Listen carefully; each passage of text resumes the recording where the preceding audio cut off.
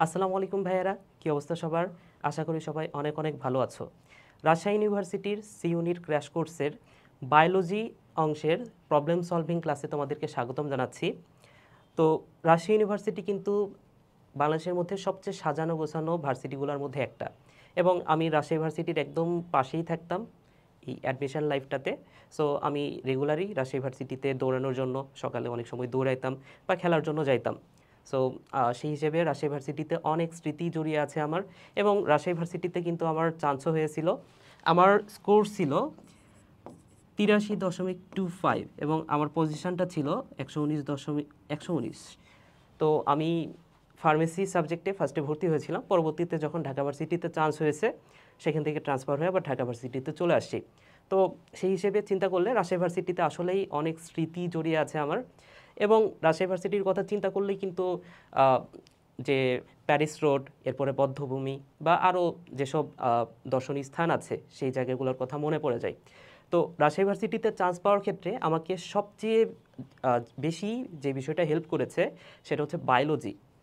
কারণ বায়োলজিতে খুব অল্প সময়ে খুব অনেক বেশি অ্যান্সার করা যায়, এবং রাজশাহী ইউনিভার্সিটির যে বায়োলজিটা সেটা আসলেই অনেক বেশি ইজি হয় তুমি যদি একটু ভালো করে পড়ালেখা করতে পারো, এবং কিছু ট্রিক্স আছে সেই ট্রিক্সগুলো অ্যাপ্লাই করে যদি বায়োলজিতে অ্যান্সার করতে পারো তুমি কিন্তু সর্বোচ্চ নাম্বারটাই পাবা, এবং সেটা তোমাকে চান্স পাওয়ার জন্য হেল্প করবে অনেক বেশি। তো আজকের ক্লাসটা তোমরা যদি পুরোপুরি করো তো সেই ক্ষেত্রে তোমরা বুঝতে পারবা এই বায়োলজি যে প্রবলেমগুলো সেটা কিভাবে সলভ করতে হয়, বা তুমি যখন কোশ্চিনটা পাবা কোশ্চিনে কিভাবে বায়োলজিটা মাথা ঠান্ডা রেখে অ্যান্সার করবা, এবং এই কোশ্চিন ব্যাংকগুলো আসলে কিভাবে সলভ করতে হয়। শুধুমাত্র কোশ্চিন পড়লেই তো হবে না, কোশ্চিনের সাথে আরও যে এক্সট্রা ইনফোগুলো সেগুলোও পড়তে হবে। তো আজকের পুরো ক্লাসটা করলে তোমরা আসলেই অনেক বেশি উপকৃত হবা, এবং আশা করি যে আজকের ক্লাসটা করলে এখান থেকেই হয়তোবা কিছু কোশ্চিন তুমি কমন পেয়ে যেতে পারো তোমার রাজশাহী ইউনিভার্সিটির ভর্তি পরীক্ষায়। সো আসো ভাইয়ারা, ক্লাসটা শুরু করি। আজকে আমরা একদম প্রথম অধ্যায়টা, যেহেতু প্রথম ক্লাস, বোটানির প্রথম অধ্যায় কোষ ও এর গঠন, এই অধ্যায়টা দিয়ে শুরু করব। প্রথম কোশ্চিনটা দেখো কি বলছে ভাইয়া, আদিকোষে ডিএনএর আকারটা কেমন হয়। সো একটা আদিকোষের কথা যদি চিন্তা করি, আদিকোষ বলতে ব্যাকটেরিয়াকে যদি আমি চিন্তা করি, এই ব্যাকটেরিয়ার গঠনটা তোমরা কিন্তু পড়ছো, তাই না? সো ব্যাকটেরিয়াতে অনেক উপাদান ছিল, এর মধ্যে একটা উপাদান তোমাদের মনে আছে নিশ্চয়, ব্যাকটেরিয়াতে থাকে প্লাজমিড। তো এই প্লাজমিড আসলে কি? প্লাজমিড কিন্তু আসলে একটা ডিএনএ, এবং শুধু ডিএনএ না, ডিএনএ কোথায় থাকে? ক্রোমোজোমের ভেতরে থাকে, কিন্তু এই প্লাজমিড হচ্ছে ক্রোমোজোমের বাইরের যে ডিএনএটা, অর্থাৎ ক্রোমোজোম বহির্ভূত ডিএনএ। এই প্লাজমিডটা হচ্ছে ক্রোমোজোম ক্রোমোজোম বহির্ভূত ডিএনএ। এই কথাটা মনে রাখতে হবে ভাইয়া, বহির্ভূত ডিএনএ। আচ্ছা, শুধু ডিএনএ না, এটা হচ্ছে বৃত্তাকার ডিএনএ, এই কথাটাও মনে রাখো। তাহলে দেখো এইখান থেকে আমরা অ্যান্সারটা পেয়ে গেলাম।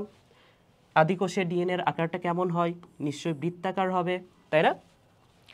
আরও একটা কথা মনে রাখতে হবে, ব্যাকটেরিয়াতে বা আদিকোষে আরও একটা উপাদান থাকে। আমাদের কোষে যেমন নিউক্লিয়াস থাকে না, আমাদের কোষে কি আছে ভাইয়া?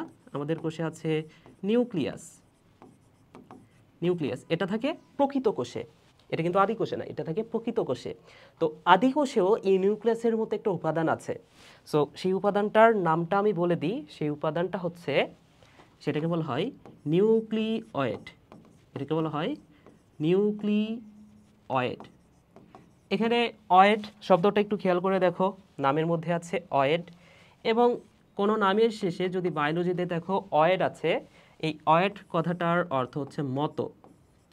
তাহলে নিউক্লিয়েড মানে হচ্ছে নিউক্লিয়াসের মতো, আসলে নিউক্লিয়াস না, তবে নিউক্লিয়াসের মতো, যেহেতু এটা আদিকোষ। তো কেন এটাকে নিউক্লিয়াসের মতো বলা হচ্ছে, একদম প্রকৃত নিউক্লিয়াসটা বলা হচ্ছে না? তো একটা নিউক্লিয়াসের কি কি থাকে দেখো, একটা নিউক্লিয়াস হওয়ার জন্য সেটার চারপাশে একটা আবরণ থাকে, যেটাকে বলা হয় নিউক্লিয়ার পর্দা। তাহলে এখানে একটা পর্দা থাকা লাগে নিউক্লিয়াস হওয়ার জন্য। এরপরে এর ভেতরে যে জিনিসটা থাকতে হয় সেটা হচ্ছে ক্রোমাটিন, ক্রোমাটিন জালিকা, এবং আরও একটা জিনিস লাগে সেটা হচ্ছে নিউক্লিওলাস। ওকে, এটার নাম হচ্ছে নিউক্লিওলাস। তো এই নিউক্লিওয়েডে এই নিউক্লিওলাসটা থাকে না, এরপরে এই যে এর চারপাশে যে আবরণটা সেটাও থাকে না। তাহলে কি কি থাকে না দেখো ভাইয়া, এই নিউক্লিয়েট কেন এটাকে বলা হচ্ছে, কারণ এইখানে এই নিউক্লিওলাসটা থাকে না, নিউক্লিওলাস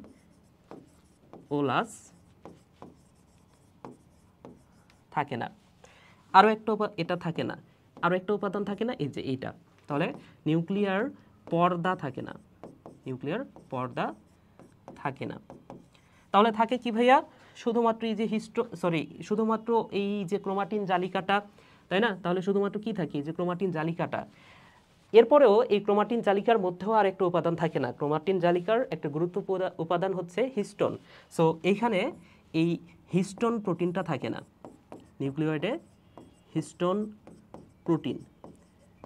প্রোটিন এটাও থাকে না। ওকে, সো এই হচ্ছে বিষয়। তো এইখানে নিউক্লিয়েট মানে কি, সেখানে ক্রোমাটিন জালিকা আছে এবং ক্রোমাটিনের মধ্যেও ডিএনএটা থাকে। এর মধ্যেও যে ডিএনএটা থাকবে সেটা কিন্তু বৃত্তাকার ডিএনএ, বুঝছো? সো তোমাকে যদি বলে যে আদিকোষের ডিএনএ বা ব্যাকটেরিয়ার ডিএনএ বা আদিকোষের যে কোনো একটা প্রাণী দিয়ে বললো যে এটার ডিএনএ কেমন, অ্যান্সার হবে বৃত্তাকার। বুঝছো ভাইয়া? ওকে, সো এটার অ্যান্সার হচ্ছে বৃত্তাকার। পরের প্রশ্নটা দেখো, মধ্যপর্দার উপাদান কোনটা? তো মধ্যপর্দা এটা কিভাবে গঠিত হয় সেটা একটু তোমাদের আলোচনা করি সেটা নিয়ে। সো আমাদের কোষের মধ্যে একটা অঙ্গাণু আছে, অঙ্গাণুটার নাম হচ্ছে গোলজি বডি।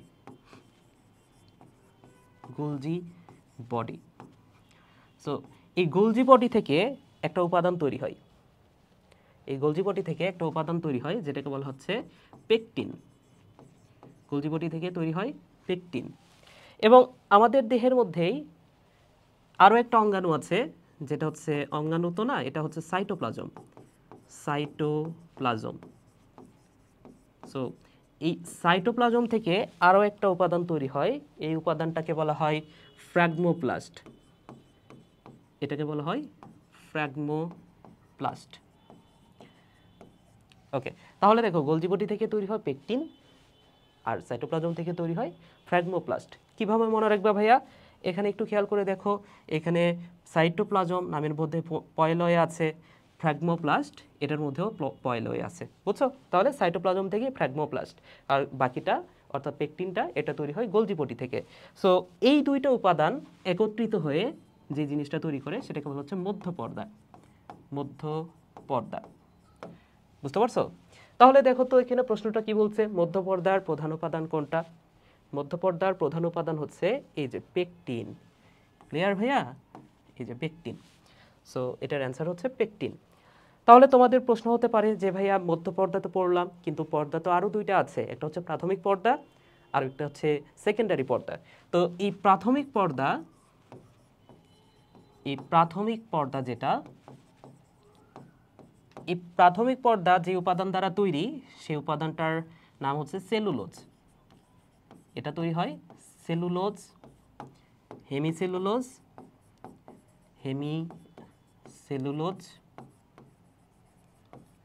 এবং আরেকটা হচ্ছে গ্লাইকোপ্রোটিন।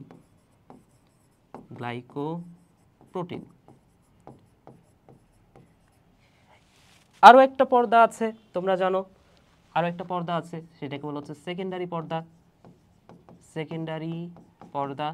এই সেকেন্ডারি পর্দা কি দ্বারা গঠিত এটাও মনে রাখা দরকার। সেকেন্ডারি পর্দা গঠিত হয় সেলুলোজ দ্বারা, এবং এর সাথে আরও একটা উপাদান জানা হচ্ছে লিগনিন। বুঝছো? সো এই হচ্ছে প্রাথমিক পর্দা, সেকেন্ডারি পর্দা এবং মধ্য পর্দা। এই তিনটা পর্দা কি দ্বারা গঠিত হয়। আরও একটা ইনফরমেশন যদি দিয়ে দিই, সেটা হচ্ছে যে এই যে প্রাথমিক পর্দার এটার দৈর্ঘ্যটা কত, এটা হচ্ছে 1 to 3 মাইক্রোমিটার এবং এটা হচ্ছে 5 to 10 মাইক্রোমিটার। ঠিক আছে, দুইটা পর্দার দৈর্ঘ্যটা কত। আরও একটা ইনফরমেশন যদি দিয়ে দিই, প্রাথমিক পর্দা এটা এক স্তর বিশিষ্ট, কিন্তু যেটা সেকেন্ডারি পর্দা এটা হচ্ছে 3 স্তর বিশিষ্ট। এই কথাটা মনে রাখতে হবে ভাইয়া। ক্লিয়ার? তাহলে দেখো আমরা বেশ কয়েকটি ইনফরমেশন কিন্তু একসাথে পড়ে ফেলছি। পরের প্রশ্নটা কি বলছে ভাইয়া, কোষ প্রাচীরের মুখ্য উপাদান কাইটিন হলো এক প্রকার তো কাইটিন হচ্ছে একটা স্যাকারাইড বা শর্করা। তো এখানে কি কি আছে দেখো, অপশানে কি কি আছে, এখানে আছে স্যাকারাইড, দেখো 3টা অপশানে আছে স্যাকারাইড। তাহলে কাইটিন যেহেতু স্যাকারাইড, অর্থাৎ এই যে সি নাম্বার অপশান, এই সি নাম্বার অপশানটা এটা আসলে হবে না, এটা প্রথমেই বাদ।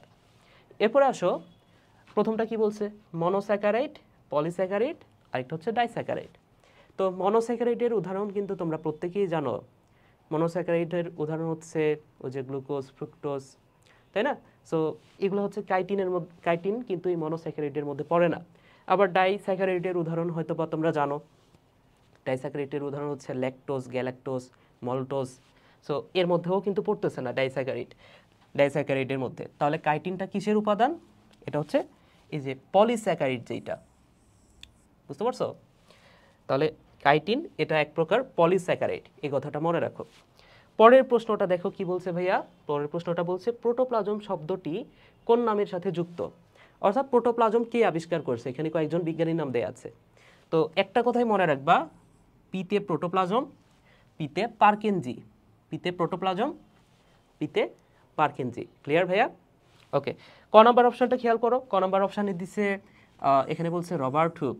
সো রবার্ট হুক এই অধ্যায়ের একটা গুরুত্বপূর্ণ বিজ্ঞানী, এবং এই প্রশ্নটা বারবারই আসে যে কোষ তত্ত্বের জনককে বা কোষবিদ্যার জনককে। কোষবিদ্যার জনক হচ্ছে রবার্ট হুক। অথবা তোমাকে এই প্রশ্নটাও করতে পারে যে কোষ শব্দটি বা সেল শব্দটির প্রবর্তককে, রবার্ট হুক। ক্লিয়ার? ওকে, সো এটার অ্যান্সার হচ্ছে পারকিনজি। প্রোটোপ্লাজম, পিতে প্রোটোপ্লাজম, পিতে পারকিনজি। পরের প্রশ্নটা কি বলছে, সহজেই কোষ ঝিল্লি অতিক্রম করে কোনটা? তো এটা একদম ডাইরেক্ট মুখস্থ করে ফেলবা। সহজেই কোষ ঝিল্লি অতিক্রম করে গ্লিসারল। এর কারণ হচ্ছে এটা গ্লিসারলটা পানির সাথে মিশতে পারে, এবং এটা ছোট অণু হওয়ার কারণে এটা সহজেই এটা ঝিল্লি অতিক্রম করতে পারে। ওকে, সো এটার অ্যান্সার হচ্ছে গ্লিসারল। আবাসিক অণু হিসেবে পরিচিত কোনটা? তো তোমরা যদি যে সবাত শোষণ এই প্রক্রিয়াটা যদি তোমাদের জানা থাকে ভালো করে, প্রক্রিয়াটা আমি আরেকটু রিপিট করি, দেখো একটু রিপিট করি, প্রথম থেকেই করি। হ্যাঁ, সবাত শোষণে কয়টা ধাপ? মোট 4টা ধাপ। প্রথম ধাপটা হচ্ছে গ্লাইকোলাইসিস, প্রথম ধাপটা হচ্ছে গ্লাইকোলাইসিস।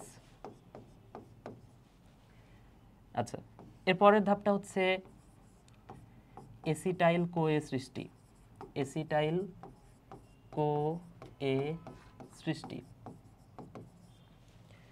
3 নম্বর ধাপটা হচ্ছে ক্রেবস চক্র, ক্রেবস চক্র। আচ্ছা, এই 3টা ধাপে কি হয় সেটা একটু খুবই সংক্ষেপে আলোচনা করি, একদম সংক্ষেপে, যেটা না বললেই না।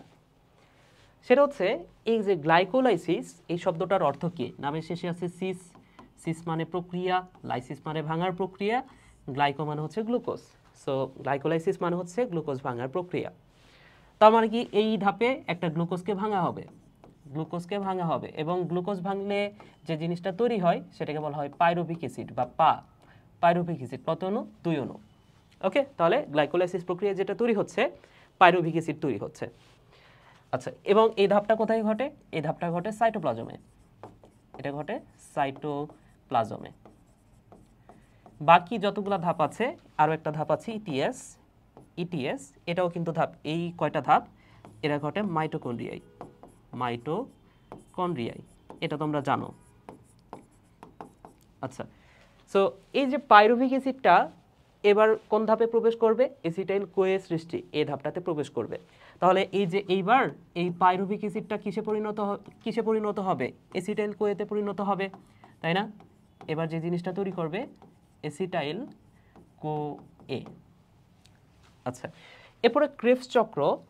ক্রেবস চক্র যারা পড়ছো, ক্রেবস চক্রের বড় একটা ছক আছে।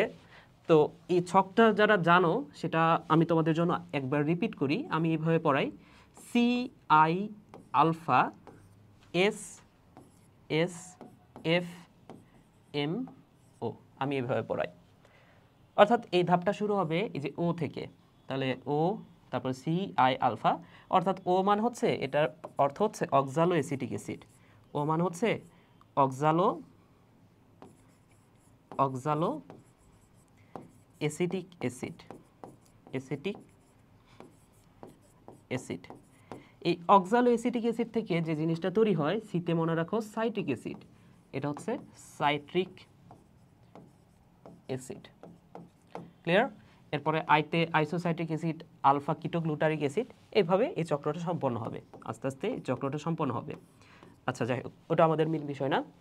তো এই যে এসিটাইল কোয়ে সৃষ্টি, এই যে এসিটাইল কোয়ে যে সৃষ্টি হইল এই ধাপটাতে, এই এসিটাইল কোয়ে এবার এসে যুক্ত হবে, এইবার এসে যুক্ত হবে এই যে অক্সালো অ্যাসিটিক অ্যাসিডের সাথে। তাহলে এই অক্সালো অ্যাসিটিক অ্যাসিড আগে থেকেই আছে ওই মাইটোকন্ড্রিয়ার ভেতরে, এই বিক্রিয়াটা কোথায় হচ্ছে মাইটোকন্ড্রিয়ার ভেতরে, এই মাইটোকন্ড্রিয়ার ভেতরে আগে থেকেই এই অক্সালো অ্যাসিটিক অ্যাসিডটা থাকে এবং এই এসিটাইল কোয়ে এসে এটার সাথে যুক্ত হয়, যুক্ত হয়ে সাইট্রিক অ্যাসিডটা তৈরি হচ্ছে।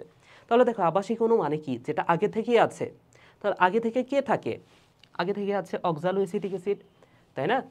আচ্ছা, তাহলে তোমার যদি প্রশ্ন হয় আবাসিক অণু কোনটা, আবাসিক অণু হচ্ছে ওয়া, অর্থাৎ অক্সালো অ্যাসিটিক অ্যাসিড। ক্লিয়ার ভাইয়া? যদিও এটা এই অধ্যায়ের প্রশ্ন না, এটা নবম অধ্যায়ের প্রশ্ন। ওকে, এরপরে দেখো আরো একটা গুরুত্বপূর্ণ প্রশ্ন, নিউক্লিওসাইড এটা আসলে কি? তো আমি পুরো বিষয়টা একটু ব্যাখ্যা করি, তাইলে এটা আর কখনোই ভুল হবে না তোমাদের। সেটা হচ্ছে ডিএনএ, আরেকটা হচ্ছে আরএনএ, এই দুটার নাম তো তোমরা শুনছো নিশ্চয়ই, তাই না? একটা হচ্ছে ডি অক্সিরাইবো নিউক্লিক অ্যাসিড, আর একটা হচ্ছে রাইবো নিউক্লিক অ্যাসিড। তো এই দুইটা উপাদানের মধ্যে একটা জিনিস কিন্তু কমন, সেটা হচ্ছে এই যে দেখো দুইটার মধ্যেই নিউক্লিক অ্যাসিডটা আছে, তাই না? দুইটা উপাদানের মধ্যে কি আছে ভাইয়া? দুইটা উপাদানের মধ্যে আছে নিউক্লিক অ্যাসিড। তো এই নিউক্লিক অ্যাসিডকে আমরা যদি নিউক্লিয়াস এনজাইম বা অ্যাসিড বা ক্ষার যে কোনো জিনিস দ্বারা ভাঙি, তাহলে যেই উপাদানটা আমরা পাবো সেটা হচ্ছে নিউক্লিওটাইড।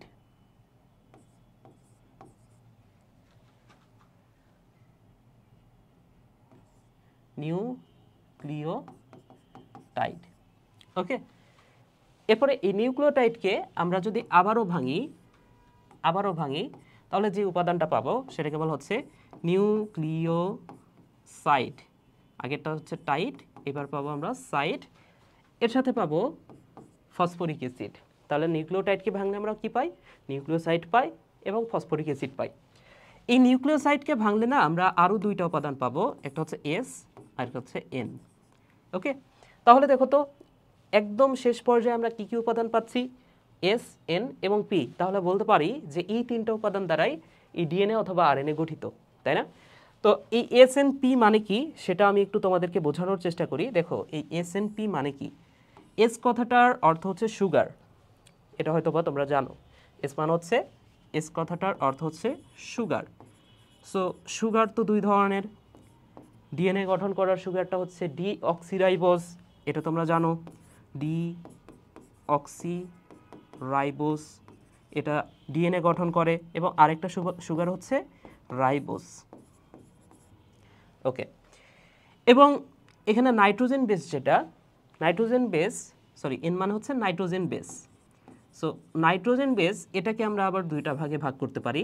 একটাকে আমরা বলতে পারি পিউরিন, একটা ভাগ হচ্ছে পিউরিন, এবং আরও একটা ভাগ হচ্ছে পাইরিমিডিন। পাইরিমিডিন, ওকে।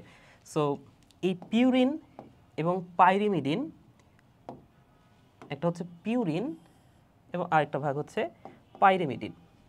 ওকে, সো এই পিউরিন নামটা ছোট, তো যেহেতু নামটা ছোট এটা দুই ধরনের হয়, একটা হচ্ছে অ্যাডেনিন, একটা হচ্ছে অ্যাডেনিন এবং আরেকটা হচ্ছে গুয়ানিন, একটা হচ্ছে অ্যাডেনিন এবং আরেকটা হচ্ছে গুয়ানিন। আর পাইরিমিডিন নামটা বড়, এটা তিন প্রকার। সো একটা হচ্ছে থায়ামিন,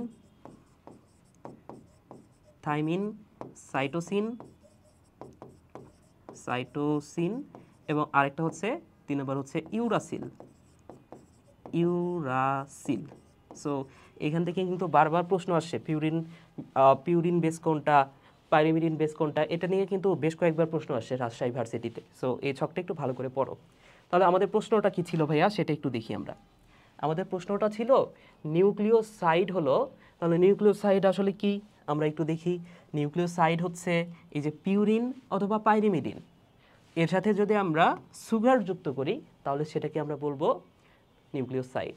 ওকে, সো অ্যান্সারটা আমরা পেয়ে গেছি দেখো পিউরিন অথবা পাইরিমিডিন এর সাথে আমরা সুগার যুক্ত করলে যে জিনিসটা তৈরি হবে সেটা হচ্ছে নিউক্লিওসাইড। ক্লিয়ার? ওকে, পরের প্রশ্নটা কি বলছে, ক্রোমোজোমের সমাপ্তি স্থলকে কি বলে? সো এখানে যে নামগুলো আছে নামগুলো একটু খেয়াল করে দেখো, নামের মধ্যে আছে মিয়ার। তো ক্রোমোজোমে এই মারামিয়ার নামে আসলে কোনো কিছুই নাই, অর্থাৎ এটা আগেই বাদ, এই অপশানটা আগেই বাদ। এরপরে দেখো সেন্ট্রোমিয়ার। তো সেন্ট্রো নামের মধ্যে আছে সেন্টার, তাহলে ক্রোমোজোমের যে সেন্টারের অংশ সেটা হচ্ছে সেন্ট্রোমিয়ার। কিন্তু আমাদের বলছে কি সমাপ্তি স্থল, এই যে এই দুই পাশের এই অঞ্চলটাকে কি বলে সেটা বলছে, তো এটাও বাদ। আচ্ছা, মিয়ার মানে তো অংশ, এবং নামের শেষে আছে টেল কথাটার অর্থ হচ্ছে প্রান্ত। তো প্রান্তের অংশই তো বলছে, তাই না? এই যে ক্রোমোজোমের এই প্রান্তের অংশগুলোকে বলা হচ্ছে টেলোমিয়ার। এই অংশটাকে বলা হয় টেলোমিয়ার। ক্লিয়ার? তাহলে প্রান্তের যে অংশ, মিয়ার মানে অংশ, প্রান্তের যে অংশ সেটা হচ্ছে টেলোমিয়ার। এবং স্যাটেলাইট কি সেটা একটু তোমাদের বুঝাই দিই। এই স্যাটেলাইট এটা আসলে সব কোষে থাকে না বা সব ক্রোমোজোমে থাকে না। তো এই যে সেন্ট্রোমিয়ার আছে না, এই অংশটার নাম কি? এটার নাম হচ্ছে সেন্ট্রোমিয়ার। তো সেন্ট্রোমিয়ারের আরেকটা নাম হচ্ছে মুখ্য কুঞ্চন। এটাকে বলা হয় মুখ্য কুঞ্চন। সরি, এটা চ হবে। আচ্ছা, তাহলে এটা যদি মুখ্য কুঞ্চন হয়, অর্থাৎ এই জায়গাটা হচ্ছে কুঞ্চিত, তাহলে আরও একটা কুঞ্চিত অঞ্চল আছে ক্রোমোজোমের মধ্যে, এটাকে বলা হচ্ছে গৌণ কুঞ্চন। এটা হচ্ছে গৌণ কুঞ্চন, যার আরেকটা নাম হচ্ছে নিউক্লিওলাস পুনর্গঠন অঞ্চল বা NOR। তো এটা আমাদের আলোচ্য বিষয় না। তো যে সকল ক্রোমোজোমে এই গৌণ কুঞ্চনটা থাকলে এর পরের যে অঞ্চলটা বা পরের যে অংশটা সেটাকে বলা হচ্ছে স্যাটেলাইট। বুঝতে পারছো?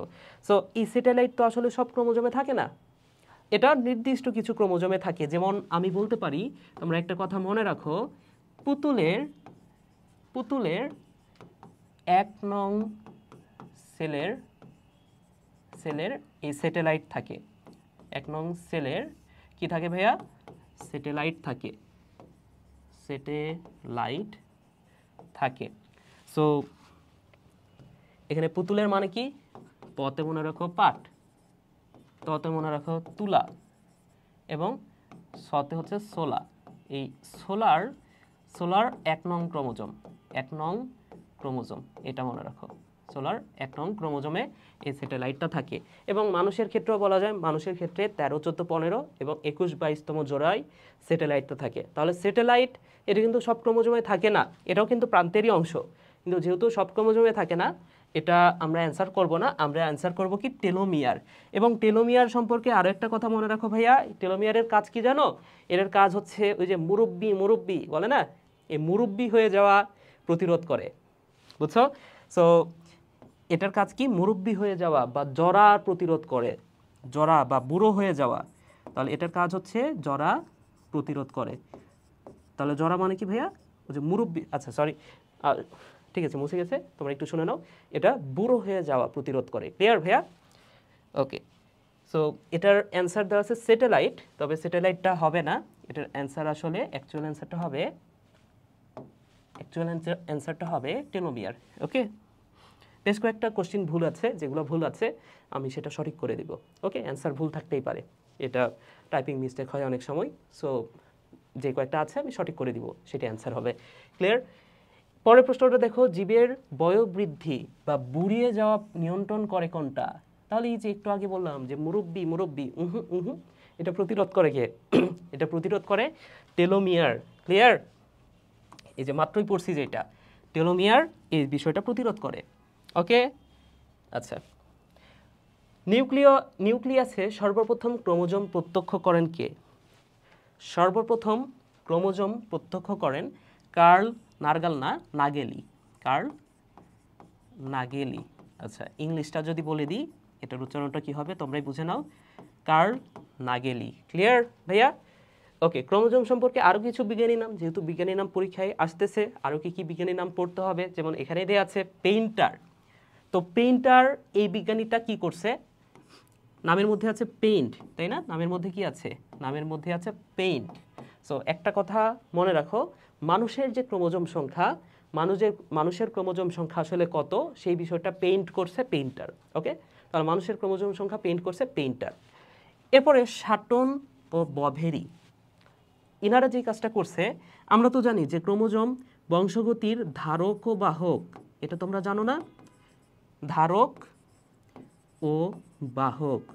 তাহলে বংশগতির ধারক এবং বাহককে, এটা হচ্ছে ধারক, ধারক এবং বাহককে, সেটা যদি বলে শাটন ও বভেরি। দেখো তো মিল আছে না? শাটন বভেরি, ধারক বাহক, মিল আছে না? মানে দুইটা করে আছে। সো এভাবে পড়বা। তাহলে পেইন্টার মানুষের ক্রোমোজোম সংখ্যা পেইন্ট করছে, শাটন বভেরি ধারক বাহক, এবং কার্নেগেলি ইনি কি করছে? ক্রোমোজোম প্রত্যক্ষ করছে সর্বপ্রথম। ওকে, গোল আলুর ক্রোমোজোম সংখ্যা কত? তো এই ক্রোমোজোম সংখ্যা থেকে যেহেতু প্রশ্ন আসতেছে, বইয়ে বিরাট বড় একটা ছক দেওয়া আছে, তো ছকের মধ্যে বেশ কয়েকটা ক্রোমোজোম সংখ্যা খুব সহজে মনে রাখা যায়, আমি বেশ কয়েকটা বলে দিই। যেমন একটা ক্রোমোজোম সংখ্যা তোমরা এইভাবে মনে রাখো, ধান, তোমরা তো ধান খাওয়া অলওয়েজ, তো ধানেরটা একদম মুখস্থ করে নাও, যেহেতু তুমি সবসময় খাচ্ছ। এটার কথাটা, এটার ক্রোমোজোম সংখ্যা একবারে মুখস্থ করে ফেলো। ধানের ক্রোমোজোম সংখ্যা হচ্ছে 24, 24। তো ধান না পড়ে তোমরা এইভাবে পড়তে পারো, তুমি ধান বলবা না, তুমি বলবা ধান না বলে ধাট। ধাতের ক্রোমোজোম সংখ্যা কত ভাইয়া? 24। সো ধাট কেন বললাম? এর কারণ হচ্ছে এই যে এই টতে, ধতে তো ধান, ধতে তো ধান মনে রাখবা, এবং টটে মনে রাখো টমেটো।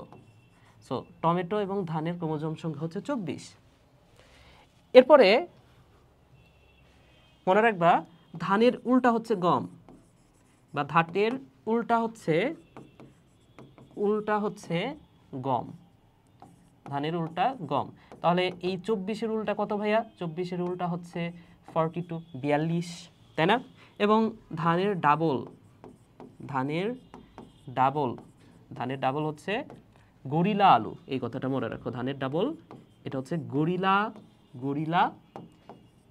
আলু, অর্থাৎ গরিলা এবং গোল আলু। তাহলে ধানের ডাবল, 24-এর ডাবল কত? 48। তাহলে ধানের ডাবল অর্থাৎ 48 ক্রোমোজোম সংখ্যা কোন প্রাণীর? একটা হচ্ছে গরিলা, গোল আলু, দুইটার। ক্লিয়ার ভাইয়া? ওকে, এরপরে আসো আরও কিছু বিষয় আমরা পড়ি। যেমন যদি বলা হয় গৃহমাছি, যদি বলে গৃহমাছির ক্রোমোজোম সংখ্যা কত? তো গৃহ মানে কি বলতো? বাড়ি, ঘর বাড়ি। গৃহ মানে কি? বাড়ি না? সো বাড়ি থেকে মনে রাখো 12। গৃহমাছির ক্রোমোজোম সংখ্যা হচ্ছে 12। যদি বলে ফলের মাছি, সো ফলের মাছি না পড়ে তোমরা তো এটা জানো ফলের ভেতরে আটি থাকে, তাহলে আটি থেকে মনে রাখো 8, আটি থেকে মনে রাখো 8। সো এরপরে দেখো কিউলেক্স মশা,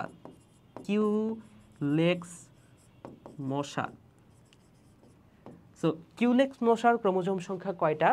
দেখো কিউব, রুবিক্স কিউব দেখছো না, এটার তল কয়টা? 6টা। সো কিউলেক্স মশার 6টা। এরপরে আরও 3টা একসাথে পড়বা এইভাবে। একটা হচ্ছে পেঁয়াজ, একটা হচ্ছে হাইড্রা, এবং আরেকটা হচ্ছে গিনিপিগ। সো এই 3টার মধ্যে একটা মিল আছে, মিলগুলা এভাবে পড়তে পারো। দেখো পেঁয়াজেরটা পরীক্ষায় যেহেতু আসে, এটা মুখস্থ রাখতে হবে, পেঁয়াজেরটা পরীক্ষায় আসবে। তো পেঁয়াজের ক্রোমোজোম সংখ্যা হচ্ছে 16, তাহলে এটা তার ডাবল অর্থাৎ 32, এবং এই হাইড্রার আবার ডাবল হচ্ছে গিনিপিগ অর্থাৎ 64। তো এটা এইভাবে পড়তে পারো। এই যে পেঁয়াজ খেয়ে হাগি, একটু মজা করে পড়তে পারো, পেঁয়াজ খেয়ে হাগি।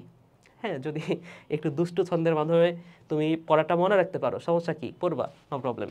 ওকে, এরপরে দেখো আরও কিছু বিষয় আছে, আরও কিছু ক্রোমোজোম সংখ্যা মনে রাখতে হবে। যেমন 18 বছর বয়স, এটা কিন্তু মারাত্মক একটা বয়স, তাই না? সো এই 18 বছরের আগে কোনো মেয়ে যদি বিয়ে করে, সেটা কি ভালো? আসলে সেটা কিন্তু ভালো না।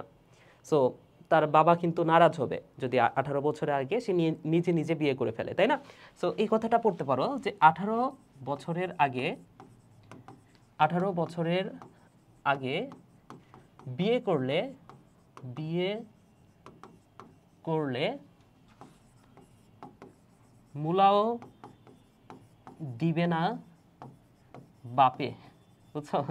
অর্থাৎ 18 বছরের আগে যদি বিয়ে করে কোনো মেয়ে, তার বাপ তাকে মুলাও দিবে না, এই কথাটা মনে রাখো। সো ক্রোমোজোম সংখ্যা 18 কাকার সেটা একটু দেখে নাও। ক্রোমোজোম সংখ্যা 18 হচ্ছে এই যে মূলা, বাতে বাঁধাকপি এবং পেতে পেঁপে। ওকে, এরপরে ভাইয়া তোমাদের পরীক্ষায় কত পাইলে পাস? 33 পাইলে পাস, তাই না? কিন্তু একটা কথা মনে রাখো যে পরীক্ষায় 14 পাইলে পাস ধরে না। ওকে, সো পরীক্ষায় 14 পাইলে পাস, 33টা সরি, এবার 14 পাইলে পাস পরীক্ষায়, এই কথাটা মনে রাখো। 14 পেলে পাস।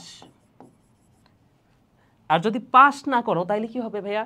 যদি পাস না করো তাহলে কি তুমি জব পাবা না, ঠিক আছে? অথবা পরীক্ষায় 14 পাইলে পাস করলে কি হবে? জব হবে। জব মানে কি? চাকরি, তাই না? তাহলে পাস করলে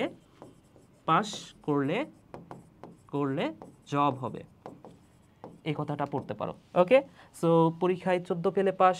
14 কার ক্রোমোজোম সংখ্যা সেটা দেখো। পতে মনে রাখো, পতে পাট, শতে শশা।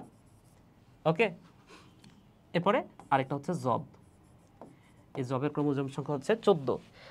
ওকে, তাহলে আমরা আশা করি এর মধ্যে আমাদের প্রশ্নের অ্যান্সারটা পেয়ে গেছি। গোল আলুর ক্রোমোজোম সংখ্যা কত? এই যে গরিলা আলু বা গোল আলু, ক্রোমোজোম সংখ্যা হচ্ছে 48। ক্লিয়ার ভাইয়া? কম আণবিক গুরুত্ব সম্পন্ন প্রোটিন হিসেবে ভাগ করা হয় কোনটিকে? সো কম আণবিক গুরুত্ব সম্পন্ন প্রোটিন, দেখো ক্রোমোজোমের মধ্যে দুই ধরনের প্রোটিন আছে। একটা হচ্ছে কম আণবিক গুরুত্ব, একটা হচ্ছে কম আণবিক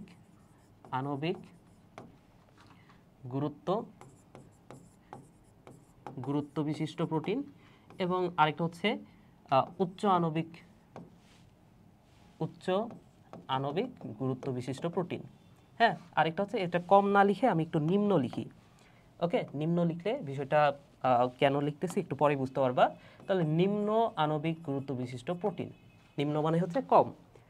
সো এটা কি কি ধরনের হতে পারে সেটাই ফার্স্টে বলে দিই। নিম্ন আণবিক গুরুত্ব বিশিষ্ট প্রোটিন একটা হচ্ছে প্রোটামিন এবং আরেকটা হচ্ছে হিস্টোন। প্রোটামিন এবং হিস্টোন। আর এটা হচ্ছে ডিএনএ পলিমারেজ,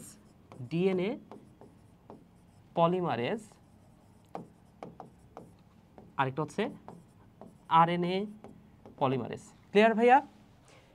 এবং আরো একটা কথা তোমরা পড়তে পারো এখান থেকে, সেটা হচ্ছে এইভাবে পড়বা, নিরক্ষর। একসাথে মনে রাখো, নিরক্ষর।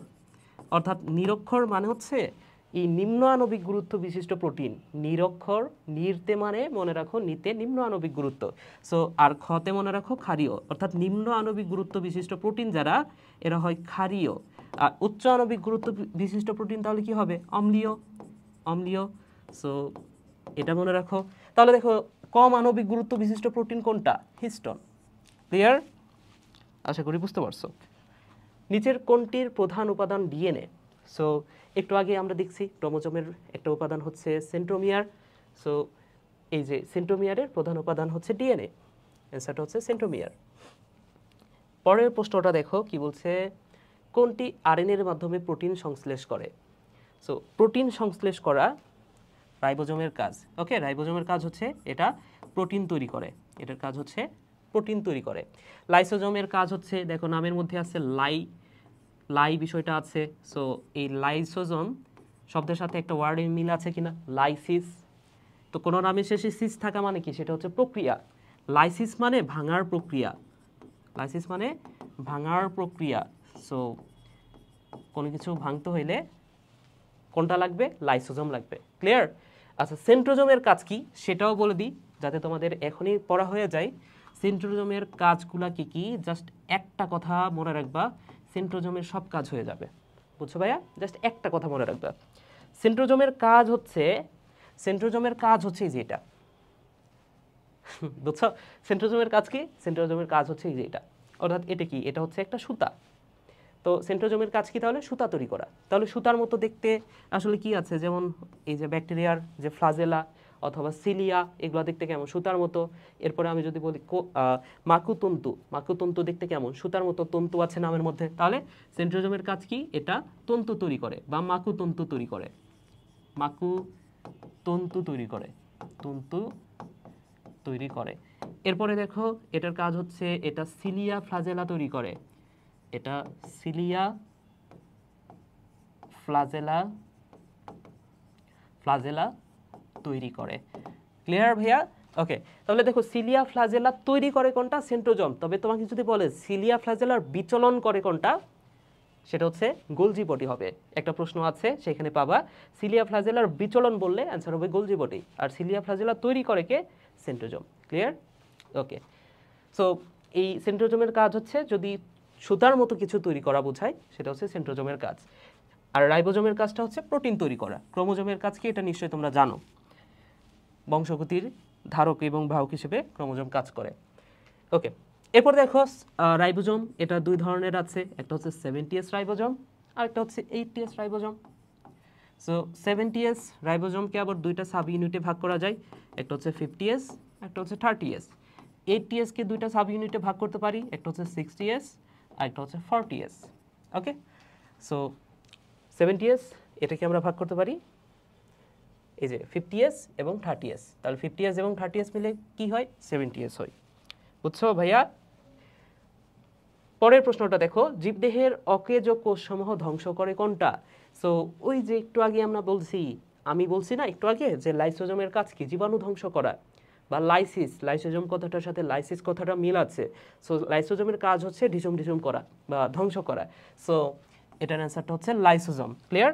ধ্বংস কথাটা বলছে, ধ্বংস বলছে মানে সেটার অ্যান্সার হবে লাইসোজোম। কোষের কোন অঙ্গাণু ফ্লাজেলা সিলিয়ার বিচলনে সাহায্য করে? সো বিচলনে সাহায্য করে বললে গোলজি বডি। পরের প্রশ্নটা দেখো, ডিএনএ লাইগেজ এনজাইমের কাজ কি? সো দুইটা এনজাইমের নাম মনে রাখো আপাতত, আরও বেশ কয়েকটা এনজাইম আমাদের পড়তে হবে একটু পরেই। লাইগেজ, একটা হচ্ছে লাইগেজ, তো লতে লাইগেজ, লতে মনে রাখো লাগাই, লতে লাইগেজ, লতে কি ভাইয়া? লতে লাগাই, জোড়া লাগাই। লাইগেজ এনজাইমের কাজ কি? এটা জোড়া লাগাই, এই কথাটা মনে রাখো। তাহলে কাটে কে? ভাঙে কে? একটা হচ্ছে হেলিকেজ এনজাইম আছে, এই এই যে রেপ্লিকেশনের ক্ষেত্রে একটা এনজাইম আছে হেলিকেজ, যেটা ভাঙার কাজ করে। ওকে, এবং আমরা যদি অন্য কোনো অধ্যায়ে যাই, সেখানে ডিএনএ ভাঙা বা আদার্স কোনো কিছু ভাঙার জন্য যে এনজাইমটা, সেটার নাম হচ্ছে রেস্ট্রিকশন। এনজাইমটার নাম হচ্ছে রেস্ট্রিকশন। এছাড়া আরও একটা এনজাইম আছে, লিখে না দিই, জাস্ট মনে রাখো, একটা হচ্ছে রেস্ট্রিকশন আর একটা হচ্ছে এন্ডোনিউক্লিয়াস আছে, ওটা আলাদা আরেকটা অধ্যায়ের পড়া। ওকে, সো আমরা জাস্ট এখান থেকে এতটুকুই মনে রাখবো যে লতে লাইগেজ, লতে জোড়া লাগাই। ওকে, তাহলে এই যে ডিএনএর খণ্ডকে যুক্ত করা হচ্ছে লাইগেজ এনজাইমের কাজ। বংশগতিতে ডিএনএ অত্যন্ত গুরুত্বপূর্ণ, কারণ এটা প্রতিরূপ সৃষ্টি করে। বুঝছো? আমাদের কোষের মধ্যে ডিএনএ এটা প্রতিরূপ সৃষ্টি করতে পারে, নিজের অনুরূপ। ওই যে রেপ্লিকেশন প্রক্রিয়া, ডিএনএ থেকে ডিএনএ তৈরি করতে পারে, তাই না? সো কেন এটা গুরুত্বপূর্ণ? কারণ এটা প্রতিরূপ তৈরি করতে পারে, নিজের প্রতিরূপ তৈরি করে। পরের প্রশ্নটা দেখো ভাইয়া, বংশগতিতে, আচ্ছা এটাই তো। পরের প্রশ্নটা দেখো, মানুষের ডিএনএ খণ্ডগুলোর ফটোগ্রাফিক বিন্যাসকে কি বলে? সো এটা একদম মুখস্থ করে নাও ভাইয়া। ফটোগ্রাফিক যে বিন্যাস, সেটাকে বলে এই যে ডিএনএ ফিঙ্গারপ্রিন্ট অথবা ডিএনএ প্রোফাইল। সো অপশানে যদি ডিএনএ প্রোফাইল থাকতো এটা অ্যান্সার হইতো, অথবা এই ফটোগ্রাফিক বিন্যাসকে বলা হয় ডিএনএ ফিঙ্গারপ্রিন্ট। ওকে, ডিএনএ রেপ্লিকেশনের সময় হাইড্রোজেন বন্ধন ভেঙে দেয় কোন এনজাইম? সো একটু আগে আমি বলছি এই যে ডিএনএর যে ডাবল হেলিক্স, এটাকে কি বলা হচ্ছে? Double helix. তাহলে এই হেলিক্সকে ভাঙার জন্য যে এনজাইম, কোনো নামের শেষে আমি যদি এসি যোগ করে দিই, সেটাকে আমি বলতে পারি এনজাইম। তাহলে হেলিক্সকে ভাঙার জন্য যে এনজাইম, সেটা কি হবে, জাস্ট এই নামের শেষে এএসি যোগ করে দিব, তাহলে হেলিকেজ। ঠিক আছে, তাহলে হেলিক্স ভাঙার এনজাইমটা হচ্ছে হেলিকেজ। ক্লিয়ার ভাইয়া? তাহলে লাইগেজ এটা কি, জোড়া লাগাই, একটু আগে বলছি। পলিমারেজ এটা হচ্ছে ডিএনএ পলিমারেজ আছে, এটা হচ্ছে রেপ্লিকেশনের প্রধান এনজাইম। এবং প্রাইমেজ, দেখো নামের মধ্যে আছে প্রাইম, বা এটার কাজ হচ্ছে প্রাইমার তৈরি করা, নাম দেখলে বুঝতে পারবা। পলিমারেজ মানে কি, পলিমার তৈরি করা। প্রাইমেজ মানে কি, প্রাইমার তৈরি করা। তাহলে এটার কাজ হচ্ছে প্রাইমার তৈরি করা, প্রাইমার তৈরি করে। ওকে, ডিএনএ রেপ্লিকেশনের সময় হাইড্রোজেন বন্ধন ভেঙে দেয় কোনটা, হেলিকেজ। ওকে, কোনটি পিউরিন বেস? আচ্ছা, এটার অ্যান্সারটা ভুল দেয়া আছে, আমি সঠিক করে দিই। পিউরিন বেস, পাইরিমিডিন বেস আমি তো পড়াইছি, তাই না? তো পিউরিন নামটা ছোট, এখানে এটা দুই ধরনের হয়, একটা হচ্ছে অ্যাডিনিন আর একটা হচ্ছে গুয়ানিন। সো অ্যাডিনিন এবং গুয়ানিন, এই যে অ্যান্সার সি, অ্যান্সার সি। ওকে, সো এটা অ্যান্সার ভুল আছে, অ্যান্সারটা হবে এই যে এটা, অ্যাডিনিন এবং গুয়ানিন। অনুলিপির মাধ্যমে সৃষ্টি হয় কোনটা? সো অনুলিপি বা প্রতিলিপি এর মাধ্যমে তৈরি হয় ডিএনএ। ও যে রেপ্লিকেশনের আরেকটা নাম হচ্ছে প্রতিলিপি বা অনুলিপি, এর মাধ্যমে তৈরি হয় ডিএনএ। ওকে, এটারও অ্যান্সার ভুল আছে, এমআরএনএ দেওয়া আছে কিন্তু এটা হবে ডিএনএ। পরের প্রশ্নটা, এটা হচ্ছে জাতীয় প্রশ্ন, এটা সব ভার্সিটিতে দিবেই, বুঝছো? সো এটা কোনোভাবেই ভুল করা যাবে না। সেটা হচ্ছে স্টার্ট কোডন কোনটা? এটা হচ্ছে স্টার্ট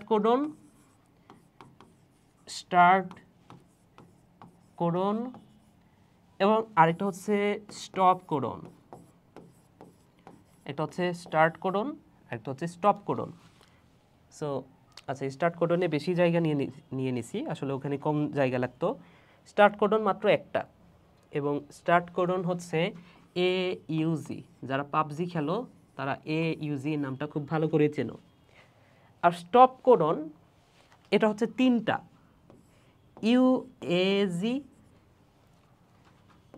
UGA, একটা হচ্ছে UAA। একসাথে পড়তে পারো, ওয়াগ, উগা, ওয়া, একসাথে পড়বা, আলাদা পড়ার সময় নাই। ওয়াগ, উগা, ওয়া, ওয়াগ, উগা, ওয়া। ওকে, সো নিচের কোন কোডনটি অ্যামিনো অ্যাসিড নির্দেশ করে না? তো এই যে স্টপ কোডনগুলা, এরা কোনো অ্যামিনো অ্যাসিড নির্দেশ করে না, এরা অ্যামিনো অ্যাসিড নির্দেশ করে না, এই কথাটা মনে রাখো ভাইয়া। সো কোনটা অ্যামিনো অ্যাসিড নির্দেশ করে না বা ট্রান্সলেশন বন্ধ করে দেয়? সেটা হচ্ছে ওয়াগ। কোথায় ওয়াগ, কোথায়? এই যে UAG, ওয়াগ।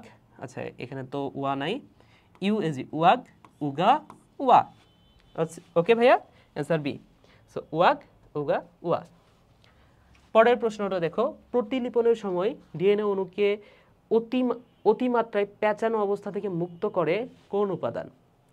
সো এটার অ্যান্সারও ভুল দেওয়া আছে, এটার অ্যান্সারটা হবে টপো আইসোমারেজ। ওকে, এটার অ্যান্সারটা হবে টপো আইসোমারেজ। পলিমারেজ এটা তো ডিএনএ রেপ্লিকেশনের জন্য প্রধান এনজাইম এবং এটা পলিমার তৈরি করে, সো এটা হবে না। হেলিকেজ কি, হেলিক্সকে ভাঙে, ডিএনএ ডাবল হেলিক্সের গঠনটাকে ভেঙে ফেলে। এবং প্রাইমার তৈরি করে। ওকে, সো এটার অ্যান্সার হবে হেলিকেজ না, হেলিক্সকে ভাঙার কাজ করে হচ্ছে হেলিকেজ। তো এই ট্রপো আইসোমারেজ পেঁচানো অবস্থা থেকে মুক্ত দান করে। ক্লিয়ার? তবে এটা টপো আইসোমারেজ এটা হচ্ছে প্রকৃত কোষে, এটা মনে রাখো, এটা হচ্ছে প্রকৃত কোষে। তবে তোমাকে যদি বলে আদি কোষে কে এই কাজটা করে, আদি কোষে এই যে সেম কাজটা, অতিমাত্রায় পেঁচানো অবস্থা, যেটাকে বলা হচ্ছে সুপার কয়েলিং, এটা প্রতিরোধ করে কে? সেটা প্রতিরোধ করে গাইরেস। এই কথাটা মনে রাখো ভাইয়া। ওকে, সো যদি বলে প্রকৃত কোষে তাহলে টপো আইসোমারেজ, যদি বলে আদি কোষে সেই ক্ষেত্রে তুমি অ্যান্সার করবা গাইরেস। ক্লিয়ার? পরের প্রশ্নটা দেখো, ডিএনএ থেকে আরএনএ তৈরির প্রক্রিয়াকে বলা হচ্ছে ট্রান্সক্রিপশন। এটা কে না জানে? আচ্ছা, আমি তারপরে লিখে দিই, ডিএনএ থেকে ডিএনএ তৈরি হয়,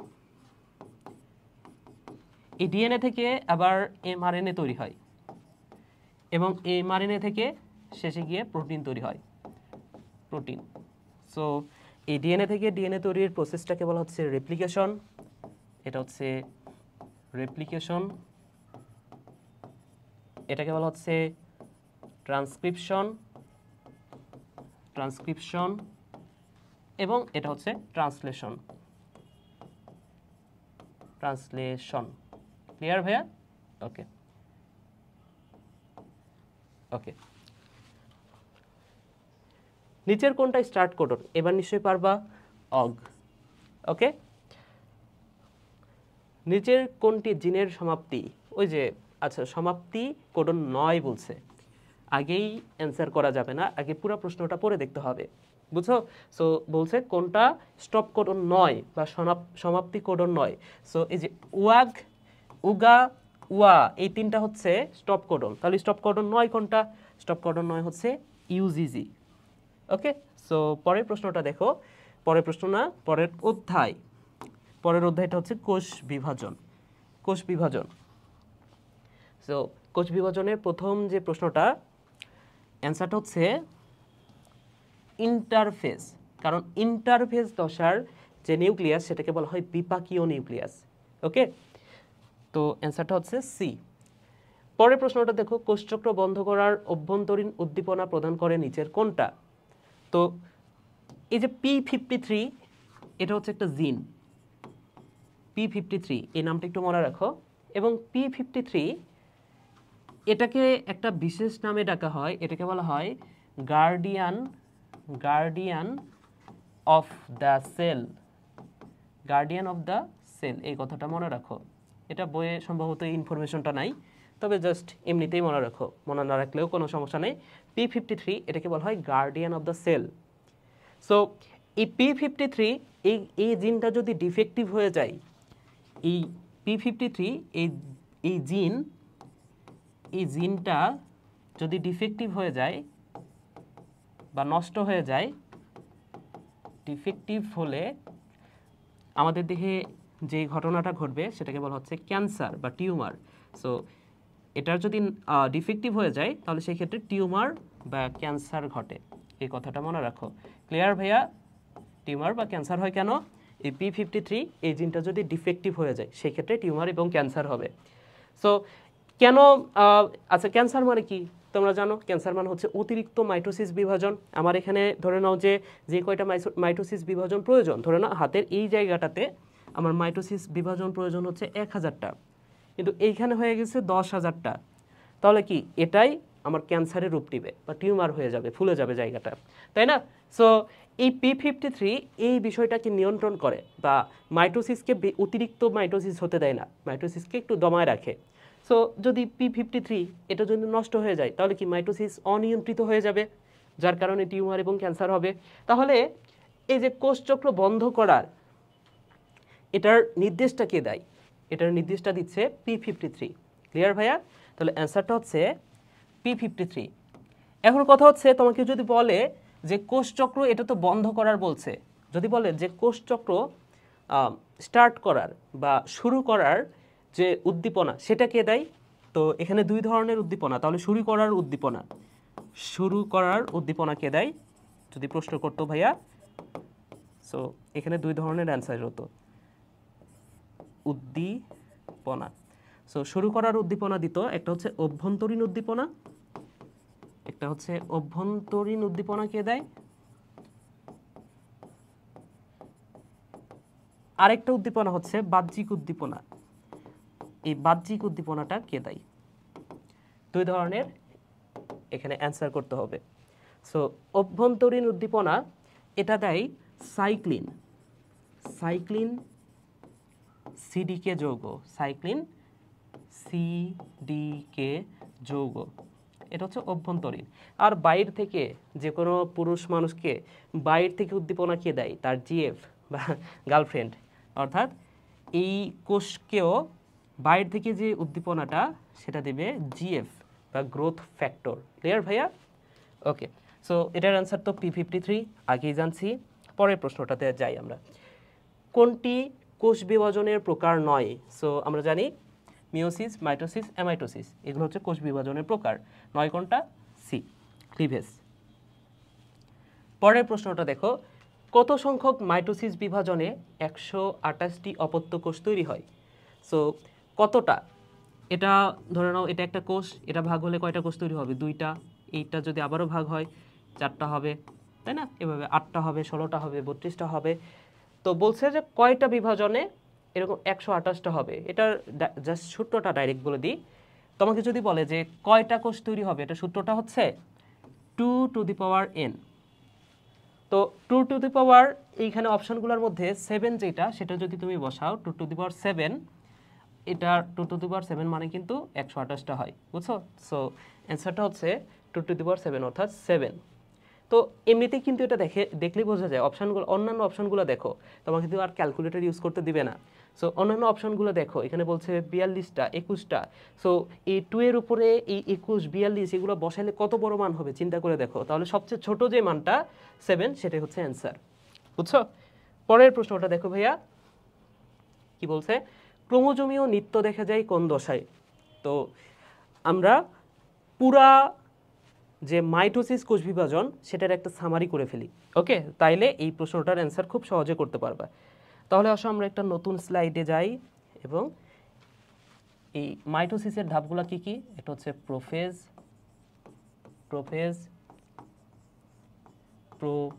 মেটাফেজ,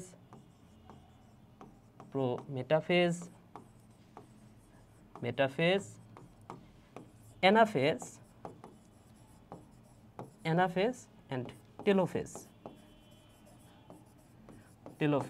ওকে, সো এই প্রতিটা দশায় আসলে কি হয় সেটা একটু আমি তোমাদেরকে সামারি করে দিই, জাস্ট অল্প কিছু কথাই, সবচেয়ে সংক্ষিপ্ত সামারি করে দিব। ওকে, সো এইখানে প্রোফেজ, প্রো মানে হচ্ছে শুরু আর টেল মানে হচ্ছে প্রান্ত। সো এই দুইটা ফেজ হচ্ছে একে অপরের বিপরীত। তাহলে এখানে যেটা হবে টেলোফেজে, সেটার বিপরীত হবে এখানে হয় জল বিয়োজন। তাহলে এখানে কি হবে? এখানে হবে জল যোজন। এখানে নিউক্লিওলাস, এটা সবচেয়ে কনফিউজিং প্রশ্ন। নিউক্লিওলাস ও নিউক্লিয়ার মেমব্রেনের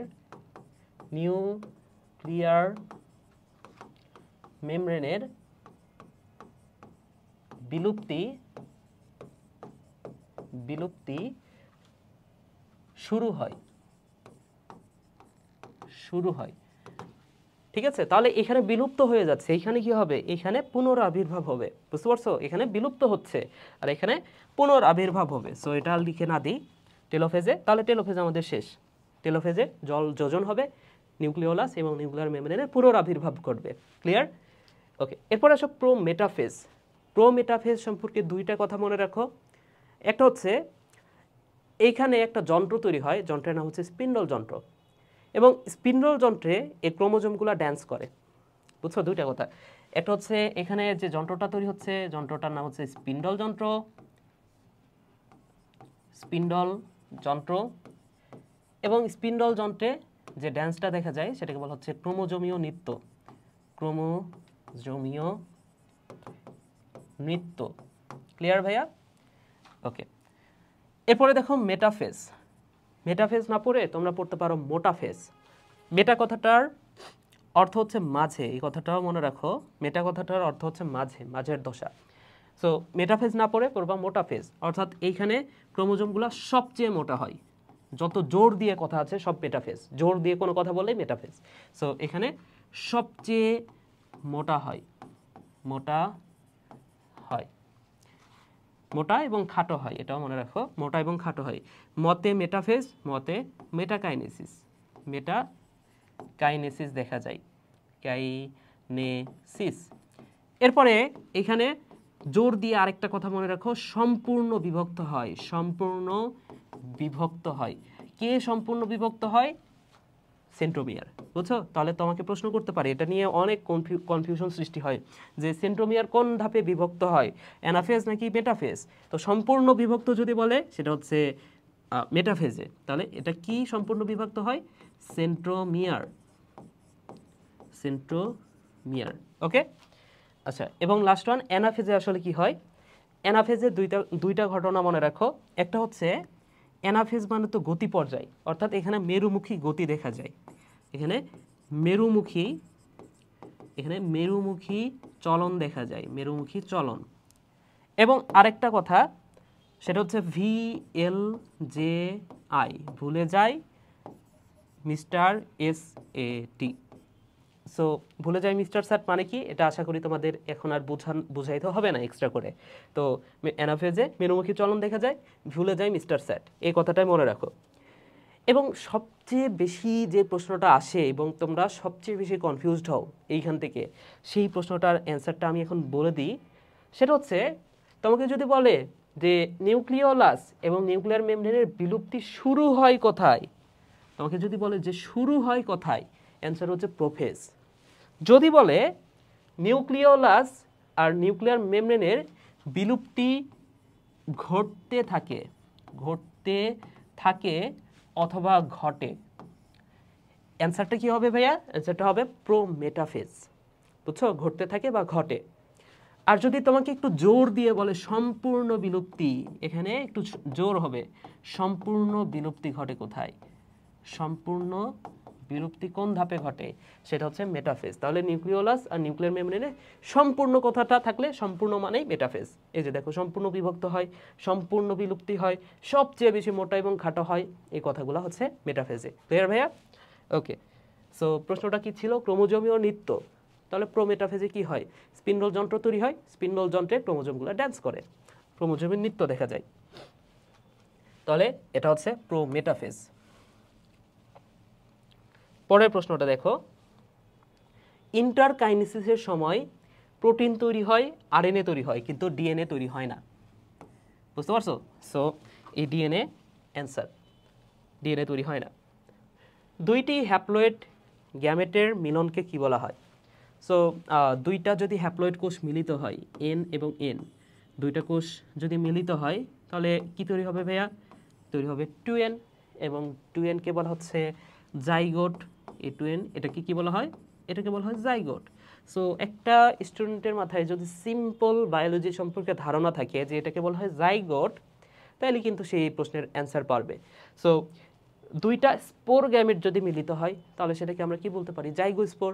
দুইটা হ্যাপ্লয়েড স্পোর মিলিত হইলে সেটাকে কি বলতে পারি আমরা? জাইগোস্পোর। তাহলে দুইটা হ্যাপ্লয়েড স্পোর বা গ্যামেটের মিলনকে কি বলা হচ্ছে? এটাকে বলা হয় জাইগোস্পোর। জাইগোট কথাটার সাথে জাইগোস্পোর এই কথাটার মিল আছে, তাই না? ওকে, সো পরের প্রশ্নটাতে আমরা যাই। মায়োসিস কোন উপপর্যায়ে কায়াজমা সৃষ্টি হয়? এটা একটা কমন প্রশ্ন। আচ্ছা, মায়োসিসের কোন উপপর্যায়ে কায়াজমা সৃষ্টি হয়? এই কায়াজমা এবং ক্রসিং ওভার, এই দুটো সৃষ্টি হয় প্যাকাইটিন দশায়। এটা খুবই কমন একটা প্রশ্ন। সো আমি খুবই সংক্ষেপে মায়োসিস যে কোষ বিভাজনটা, সেটা একটু আলোচনা করার চেষ্টা করি, যাতে তোমরা এইখান থেকে যে কোনো প্রশ্ন আসলে তোমরা পারো। সো মায়োসিসের যে মায়োসিস 1, সেখানে ধাপগুলো কি কি? একটা হচ্ছে leptotene,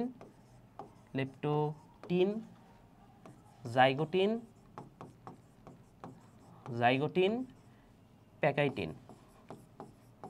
leptotene, zygotene, pachytene. Okay, আরও দুটো লিখতেছি না, কারণ প্রশ্ন আসলে এই তিনটা থেকেই বেশিরভাগ প্রশ্ন আসে। সো আমরা এই তিনটাই পড়ি। এখানে নামের মধ্যে প্রতিটা নামের শেষে আছে টিন। এই টিন কথাটার অর্থ হচ্ছে সুতা। টিন মানে সুতা। সো লেপ্টো কথাটার অর্থ হচ্ছে চিকন। তাহলে চিকন সুতা, জাইগো মানে হচ্ছে জোড়া সুতা, এবং প্যাকাই মানে হচ্ছে মোটা সুতা। বুঝছো? এবং এগুলোর বৈশিষ্ট্য মনে রাখার জন্য জাস্ট একটা কথা মনে রাখো, সেটা হচ্ছে লেপ্টোটিন এ ব্যাটা সিঙ্গেল। লেপ্টোটিন এ ব্যাটা কেমন ভাইয়া? এ ব্যাটা হচ্ছে সিঙ্গেল বা বড্ড একা। তাহলে যে মানুষ সিঙ্গেল থাকার পরে কি হয়? জোড়া বাঁধে, তাই না? সিঙ্গেল থাকার পরে এই জাইগোটিন দশায় এসে জোড়ার বাঁধবে, এবং প্যাকেটিন দশায় এসে এখানে বিয়ে হবে, এই কথাটা মনে রাখো। সো এই বেটা কেন সিঙ্গেল জানো? এই বেটা কেন সিঙ্গেল লেপ্টোটিন? কারণ সে চিকন মানুষকে কিন্তু অনেকেই পছন্দ করে না, খুবই যদি চিকন হয়ে যায়, হাড্ডি বের হয়ে গেছে। সো তাকে ফার্স্টে কি করতে হবে? ফার্স্টে একটু মোটা হতে হবে, তাই না?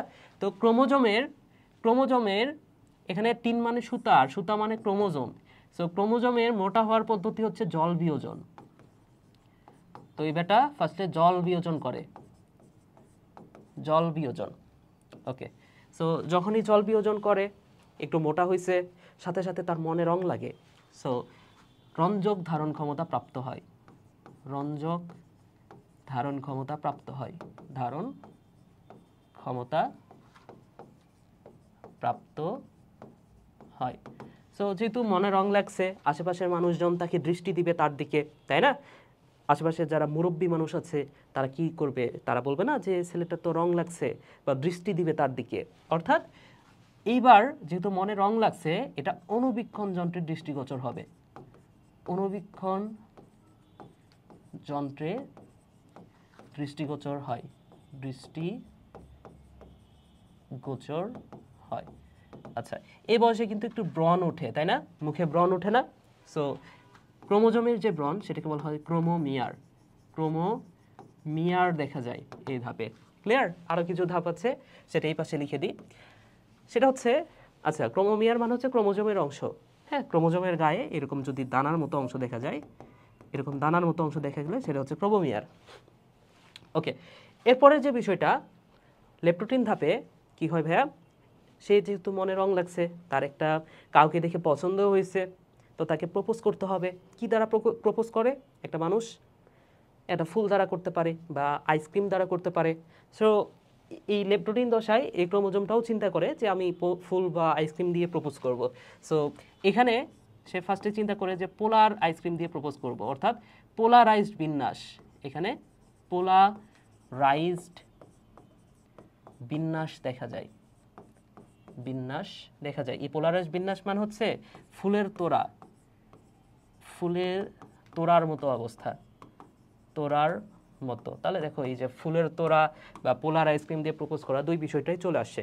তো শেষে গিয়ে এই ফুল বা আইসক্রিম দিয়ে আসলে প্রপোজ করে না, শেষে প্রপোজ করে ডিএনএ দ্বারা। অর্থাৎ এখানে ডিএনএ দ্বিগুণ হয়, ডিএনএ দ্বিগুণ হয়, এবং এই দ্বিগুণ ডিএনএ দিয়ে সে প্রপোজ করে।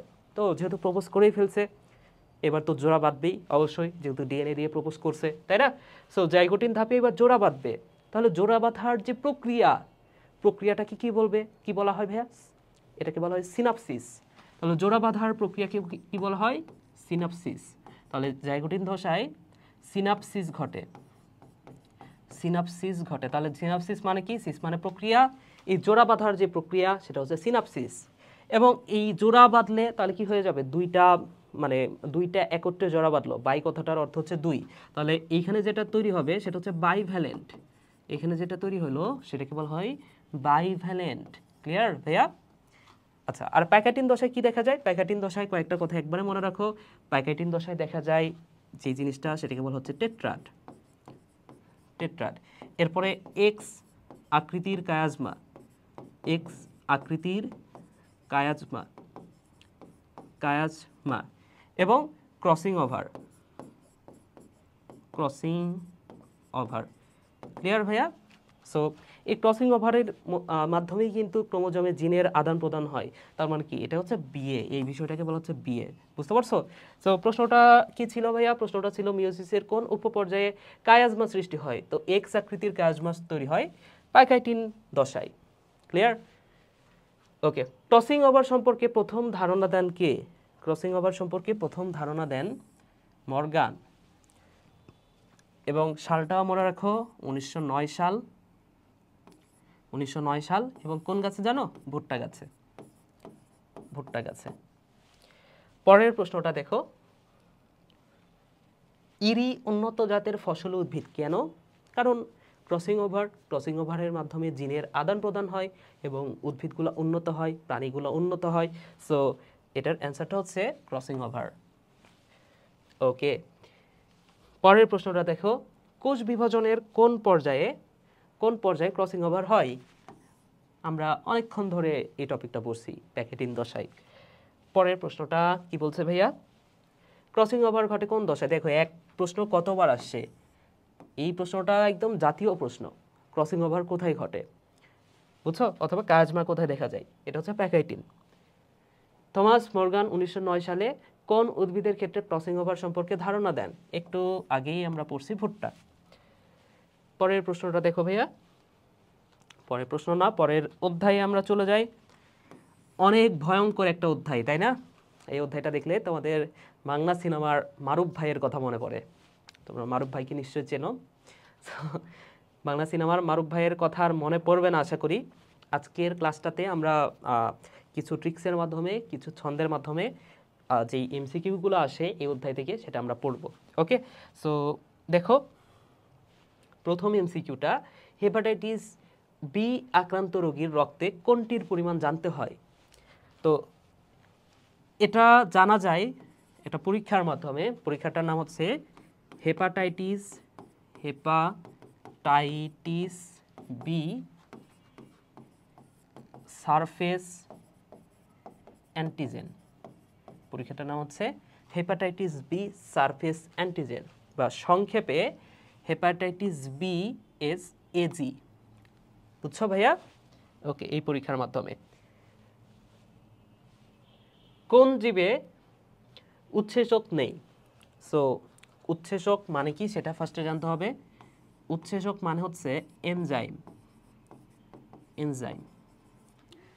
তো আমাদের চারপাশে প্রকৃতিতে যে প্রাণীগুলো থাকে বেশিরভাগের মধ্যে কিন্তু এনজাইমটা থাকে। এখানে লাইকেন, শৈবাল, ছত্রাক। হ্যাঁ, এখানে দেখো, এখানে এমনিতেই বোঝা যায় কোনটা হবে। অ্যান্সার হবে ভাইরাস। কীভাবে বোঝা যায় দেখো, অপশানে আছে শৈবাল, অপশানে আছে ছত্রাক এবং অপশানে আছে লাইকেন। তো এই লাইকেনটা মিলেই মানে ছত্রাক এবং শৈবাল দুটা মিলেই তো লাইকেন তৈরি হয়। তো লাইকেনের মধ্যেই দুটাই আছে। সো এটাও হবে না অ্যান্সার, এটাও হবে না, এটাও হবে না। কারণ কি, তিনটা সেম বিষয়ই মোটামুটি বোঝাচ্ছে। আচ্ছা, এবং ভাইরাসে কেন হবে? কিছু কিছু ভাইরাসে কিন্তু উৎসেচকতা থাকে। কিছু কিছু ভাইরাস যেমন টি2, যেগুলো হচ্ছে ব্যাকটেরিওফাজ ভাইরাস, অর্থাৎ ফাজ ভাইরাসে এনজাইমটা থাকে। কিন্তু ভাইরাসের কথা একটু চিন্তা করলে তোমরা বুঝতে পারবা, ভাইরাস কিন্তু মানে এমনি প্রকৃতিতে নিষ্ক্রিয় অবস্থায় থাকে। এটা তখনই কাজ করে যখন কোনো একটা জীবের মধ্যে প্রবেশ করে। সো এটার অ্যান্সারটা হচ্ছে ভাইরাস। ভাইরাসে কোনো ধরনের এনজাইম থাকে না। ওকে, কোন জীবে, আচ্ছা এটা তো পড়লামই। টি2 ভাইরাসের নিউক্লিক অ্যাসিড হচ্ছে, নিউক্লিক অ্যাসিডের উপর ভিত্তি করে আমরা ভাইরাসকে দুইটা ভাগে ভাগ করতে পারি। তো নিউক্লিক অ্যাসিড মানে কি একটু আগে আমরা পড়ছি, নিউক্লিক অ্যাসিড মানে হচ্ছে হয় সেটা ডিএনএ অথবা আরএনএ, হয় আরএনএ অথবা ডিএনএ। সো এই ডিএনএ ভাইরাস কোনগুলো, আরএনএ ভাইরাস কোনগুলো, সেগুলো আমাদের মনে রাখা দরকার, কারণ এটা থেকে প্রশ্ন আসবে। তো আমরা যে কোনো একটা মনে রাখবো। আমরা যদি ডিএনএ ভাইরাস মনে রাখি, আরএনএ ভাইরাস পড়ার দরকার নাই। আমরা যদি আরএনএ ভাইরাস মনে রাখি, ডিএনএ ভাইরাস আর পড়ার দরকার নেই। সো ডিএনএ ভাইরাসগুলো কি কি সেটা আমরা একটু পড়ি আসো। তাহলে ডিএনএ ভাইরাস আমরা পড়ব, ডিএনএ ভাইরাস। ডিএনএ ভাইরাস কারা? দেখো ডিএনএ ভাইরাস কারা, এভাবে পড়তে পারো, টি2 ভাইয়া ভ্যানে করে টিভি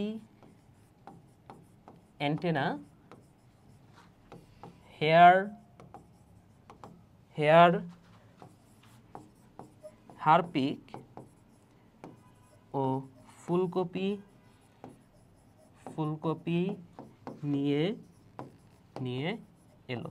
টি2 ভাইয়া ভ্যানে করে টিভি অ্যান্টেনা, হেয়ার হারপিক ও ফুলকপি নিয়ে এলো। সো এভাবে পড়তে পারো। এখানে টি2 মান হচ্ছে টি2 ফাজ, ভাইয়া মানে হচ্ছে ভ্যারিওলা,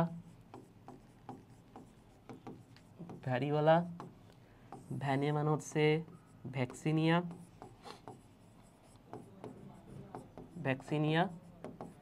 করেতে কোলিফাজ, টিভিতে টিআইভি, অ্যান্টেনাতে অ্যাডেনো, হেয়ারতে এইচবিভি, হারপিকতে হারপিস, ফুলকপিতে ফুলকপি মোজাইক ভাইরাস।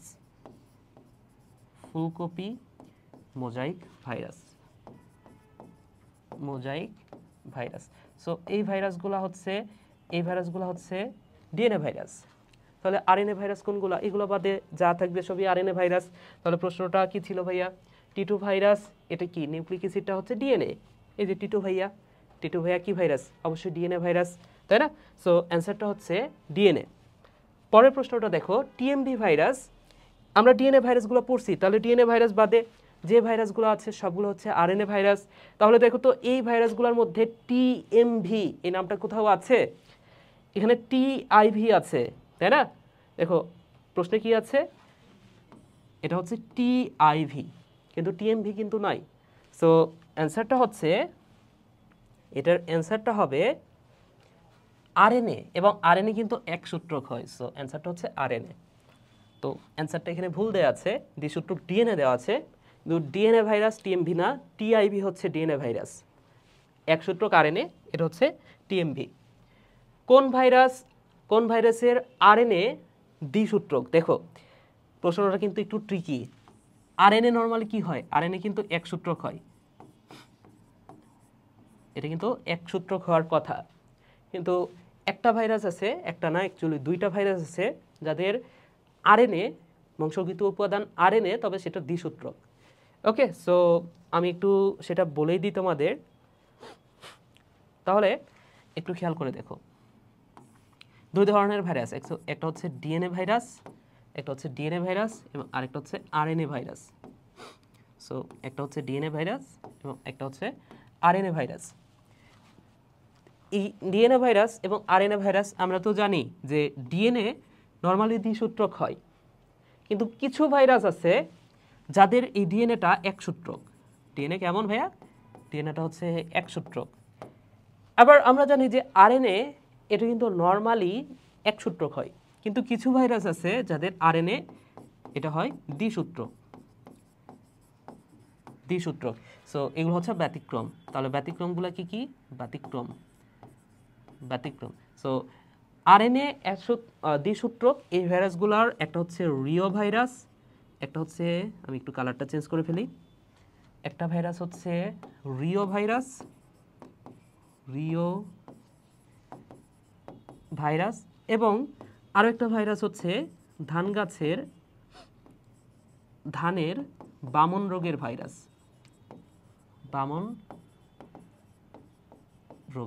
যে ভাইরাস। ওকে, আচ্ছা, এবং আরএনএ ডিএনএ দ্বিসূত্রক হওয়ার কথা, তবে একসূত্রক আরএনএ দেখা যায় M13 কলিফাজ এই ভাইরাসটাতে। M13 কলিফাজ এই ভাইরাসে ডিএনএটা একসূত্রক হয়।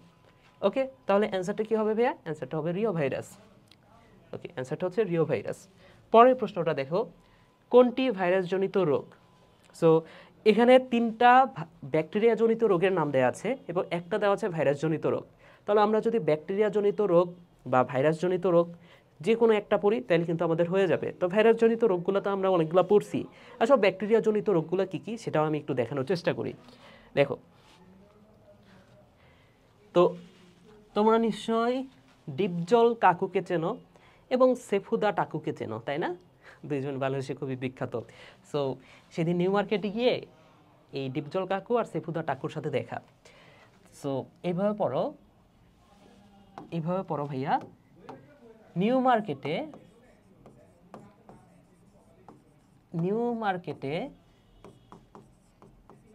ডিপজল কাকু ও সেফুদা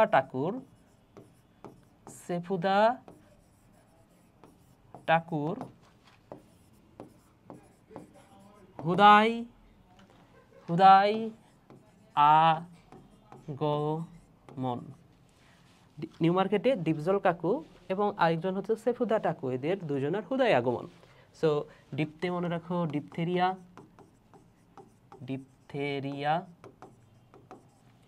জলতে এটা জলাতঙ্ক না, জলাতঙ্ক হচ্ছে ভাইরাস ঘটিত রোগ। জলতে মনে রাখো যক্ষা, কতে কলেরা, কুতে কুষ্ঠ। সেফুদাতে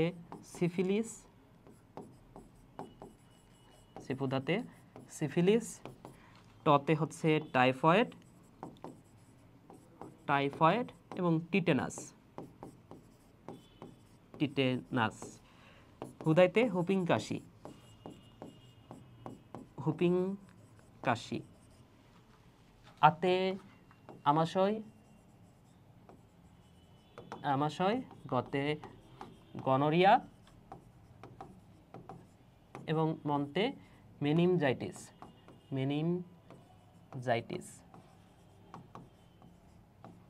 ওকে, সো এইগুলো হচ্ছে ব্যাকটেরিয়া ঘটিত রোগ।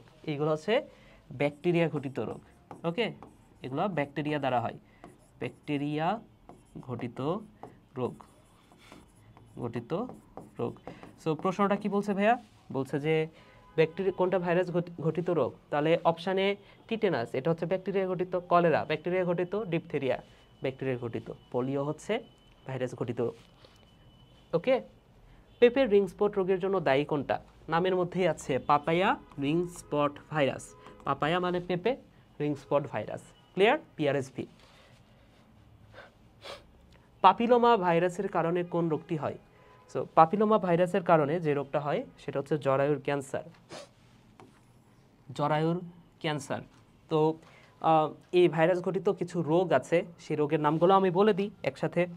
তো ভাইরাস ঘটিত রোগ একটা তো আমরা জানলামই যে পাপিলোমা ভাইরাসের কারণে কি হচ্ছে, জরায়ুর ক্যান্সার হচ্ছে। আরও একটা বিষয় এভাবে পড়তে পারো, একসাথে পড়ো আমার সাথে, কয়েকটা জাস্ট বলে দিই। রু সা নি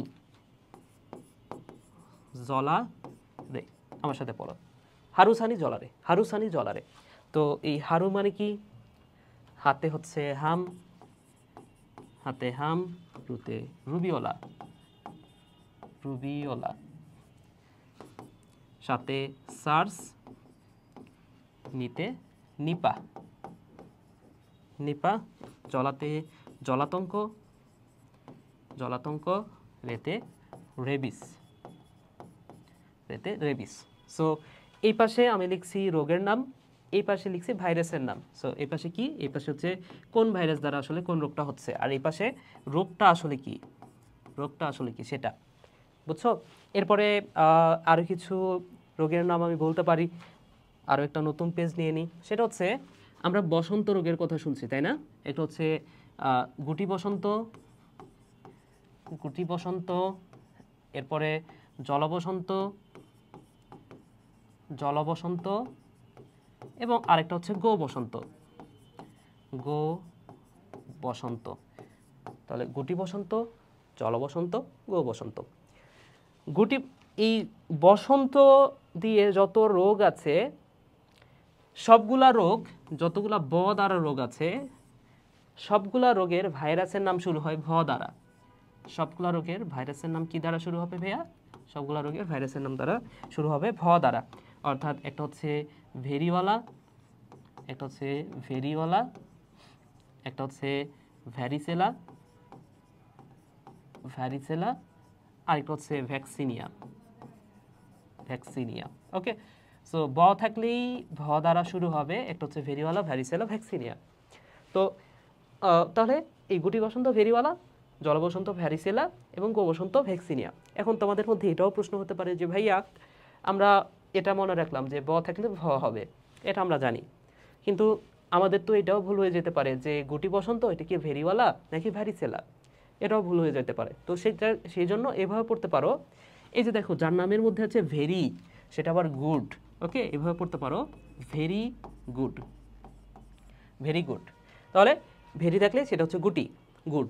আর যেটা হচ্ছে জল, সেটা হচ্ছে ভারী জল, এভাবে পড়তে পারো। ক্লিয়ার? ওকে, এরপরে আসো আরও দুইটা রোগ। একটা হচ্ছে বার্ড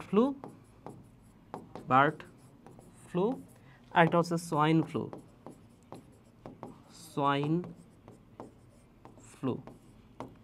সো বার্ড ফ্লু এবং সোয়াইন ফ্লু, এই দুইটা ভাইরাসের নামের মধ্যে আছে H&N, দুইটা হচ্ছে H&N। সো একটা হচ্ছে এই দুটার মধ্যে একটা হচ্ছে H5N1 আর এটা হচ্ছে H1N1।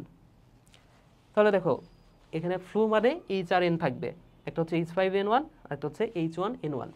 সো এখানে যেটা সোয়ান উচ্চারণ করতে কিসের মতো মনে হচ্ছে না যে ওয়ান, তাহলে যেটাই সোয়ান সেটাই হচ্ছে ওয়ান, বুঝছো?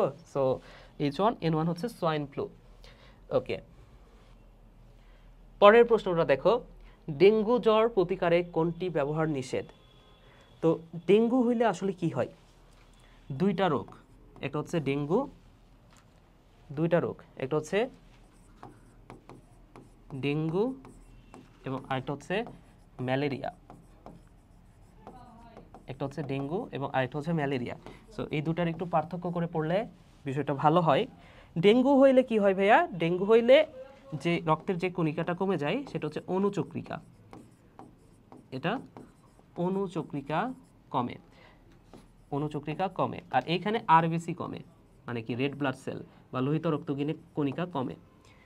ডেঙ্গু হইলে যে জ্বরটা হয় সেটা হচ্ছে 103 থেকে 105 ডিগ্রি ফারেনহাইট,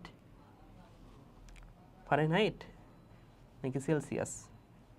সেলসিয়াস না, ফারেনহাইট। ওকে, 103 থেকে 105 ডিগ্রি ফারেনহাইট। আর ম্যালেরিয়া হইলে 104 থেকে 106 ডিগ্রি ফারেনহাইট। ওকে, আচ্ছা। সো ডেঙ্গু হলে কি হয়? অণুচক্রিকা কমে যাচ্ছে। যেহেতু অণুচক্রিকার পরিমাণ কমে যায়, অণুচক্রিকার কাজ কি আমাদের দেহে? অণুচক্রিকার কাজ হচ্ছে রক্ত জমাট বাঁধানো। যেহেতু অণুচক্রিকা কমে যাচ্ছে, তার মানে কি কোথাও কেটে গেলে রক্ত জমাট বাঁধবে না, অর্থাৎ রক্ত তঞ্চন হবে না। হ্যাঁ, অর্থাৎ কোথাও কেটে গেলে সেখানে কি হবে? রক্তক্ষরণ হবে, রক্তক্ষরণ হয়। আর ম্যালেরিয়ার কারণে কি হয়? ম্যালেরিয়ার কারণে যেহেতু আরবিসি কমে যাচ্ছে, আর আরবিসি কমে যাওয়া মানে রক্ত শূন্যতা, তাহলে রক্ত শূন্যতা হয়, রক্ত শূন্যতা। এখন কি বলছে ভাইয়া? এখন বলছে ডেঙ্গু জ্বর প্রতিকারে কোনটি ব্যবহার নিষেধ। তো ডেঙ্গু হইলে জ্বর হয়। এখন জ্বর হইলে আমরা কি খাই? বিভিন্ন ধরনের ওষুধ আছে, প্যারাসিটামল খাই, অথবা জ্বর নিবারণের জন্য আরও একটা ওষুধ আছে অ্যাসপিরিন খাই। তো এই অ্যাসপিরিনটা না আমাদের খাওয়া যাবে না। এর কারণ হচ্ছে ডেঙ্গু হইলে কি হচ্ছে ভাইয়া? অণুচক্রিকার পরিমাণ কমে যাচ্ছে। এই অ্যাসপিরিন যদি আমরা খাই সেই ক্ষেত্রে অণুচক্রিকার পরিমাণ আরও কমে যাবে। তো সেটা কি আমাদের দেহের জন্য আরও খারাপ, তাই না? সো অ্যাসপিরিনটা খাওয়া যাবে না, খাইতে হবে প্যারাসিটামল। ক্লিয়ার? সো অ্যান্সারটা হচ্ছে অ্যাসপিরিন। ভাইরাসজনিত রোগ নয় কোনটা?